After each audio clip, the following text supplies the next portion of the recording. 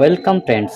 আজকে আমরা ম্যাথমেটিক্সের উপরে বেশ কয়েকটা অঙ্ক নিয়ে ডিসকাস করব, যেগুলো সেকেন্ড এসএলএসটি 2025 9-10-এর ক্ষেত্রে খুবই গুরুত্বপূর্ণ হতে চলেছে।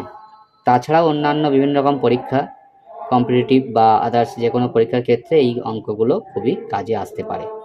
তো প্রথম প্রশ্ন, দুটি সংখ্যার যোগফল 40 এবং তাদের পার্থক্য 8 হলে সংখ্যা দুটি নির্ণয় করো।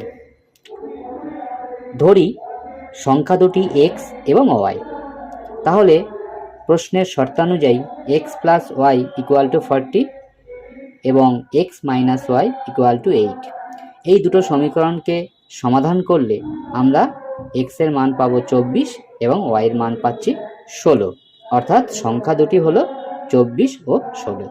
এবার আসি দ্বিতীয় প্রশ্নে, যদি 2x মাইনাস 3 ইকুয়াল টু 7 হয় তবে x এর মান নির্ণয় করো। 2x equal to 7 plus 3 equal to 10 and solving it we get x equal to 5. তো required answer is x equal to 5. 3 নম্বর প্রশ্ন, 3 into x minus 2 plus 4 equal to 19 সমীকরণটির জন্য x এর মান নির্ণয় করো। তো এখানে আমরা 3x minus 6 plus 4 equal to 19 করে নিতে পারি। আলটিমেটলি এটাকে সমাধান করলে x equal to আমরা 7 পাচ্ছি। 4 নম্বর প্রশ্ন, যদি একটি বহুভুজের অন্তঃকোণগুলির যোগফল 1080 ডিগ্রি হয় তবে বহুভুজটির বাহু সংখ্যা কত? তো আমরা জানি যে কোনো বহুভুজের অন্তঃকোণগুলির যোগফল হয়ে থাকে n-2 ইন্টু 180 ডিগ্রি, যেখানে n হচ্ছে ওই বহুভুজের বাহু সংখ্যা। তো এটাকে সলভ করলে আমরা n এর মান পেয়ে যাচ্ছি আলটিমেটলি 8, অর্থাৎ বহুভুজটির বাহু সংখ্যা হলো 8, অর্থাৎ বহুভুজটি হলো একটা অষ্টভুজ। 5 নম্বর প্রশ্ন, যদি একটি সংখ্যাকে 10% বৃদ্ধি করা হয় তাহলে 144 হয়, তবে আসল সংখ্যা কত? তাহলে আমাদের এটা কি করতে হবে, আসল সংখ্যাটা ধরে নেব যে x। তাহলে প্রশ্নের শর্তানুসারে x plus 20% of x equal to 144।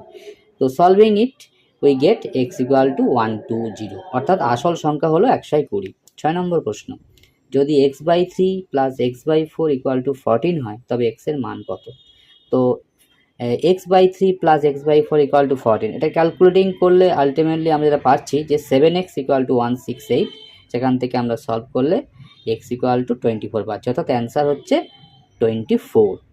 7 নম্বর প্রশ্ন, 2000 টাকায় 10% হারে 2 বছরের যৌগিক সুদ কত হবে? অর্থাৎ যৌগিক সুদ বলতে এখানে আমাদের চক্রবৃদ্ধি সুদকেই বোঝানো হয়েছে। আমরা জানি যে সমূল চক্রবৃদ্ধি বা তার ফর্মুলাটা হচ্ছে p into 1 plus r by 100 whole to the power n, where p হচ্ছে total investment and r means rate of interest and n means number of times. So after solving this we get a equal to, অর্থাৎ সমূল চক্রবৃদ্ধি equal to 2420। সেখান থেকে আমরা subtract করতে হবে যৌগিক সুদ পেতে গেলে 2420 থেকে আমরা 2000 টাকা সাবট্রাক্ট করলে আলটিমেটলি অ্যান্সার হচ্ছে 420 টাকা। না, চলে আসছি 8 নম্বর প্রশ্নে, যদি sine theta equal to half হয় তবে থিটার মান কত হবে? তো sine theta equal to half, that is half means sign 30 degree, অর্থাৎ থিটা ইকুয়াল টু 30 ডিগ্রি। 9 নম্বর প্রশ্ন, 12, 18, 25, 20 এবং 15 সংখ্যাগুলির মধ্যক নির্ণয় করো। তো প্রথমে আমরা সংখ্যাগুলোকে সাজিয়ে নিয়েছি, অর্থাৎ ক্রমে ছোট থেকে বড় করলে যেটা দাঁড়াচ্ছে 12, 15, 18, 20, 25। তাহলে এক্ষেত্রে মাঝের সংখ্যাটাই হচ্ছে মধ্যক, অর্থাৎ 18ই হচ্ছে মধ্যক। চলে আসছি লাস্ট প্রশ্ন, অর্থাৎ 10 নম্বর প্রশ্নে, যদি একটি বৃত্তের ক্ষেত্রফল 154 বর্গ সেমি হয় তবে ব্যাসার্ধ কত হবে? যেখানে পাই হলো 22/7। তো আমরা জানি বৃত্তের ক্ষেত্রফলের সূত্র হচ্ছে পাই আর স্কোয়ার, যেখানে আর হচ্ছে বৃত্তটির ব্যাসার্ধ। তো 154 equal to 22/7 into r square, calculating we get r is equal to 7, অর্থাৎ বৃত্তটির ব্যাসার্ধ হলো 7 সেমি।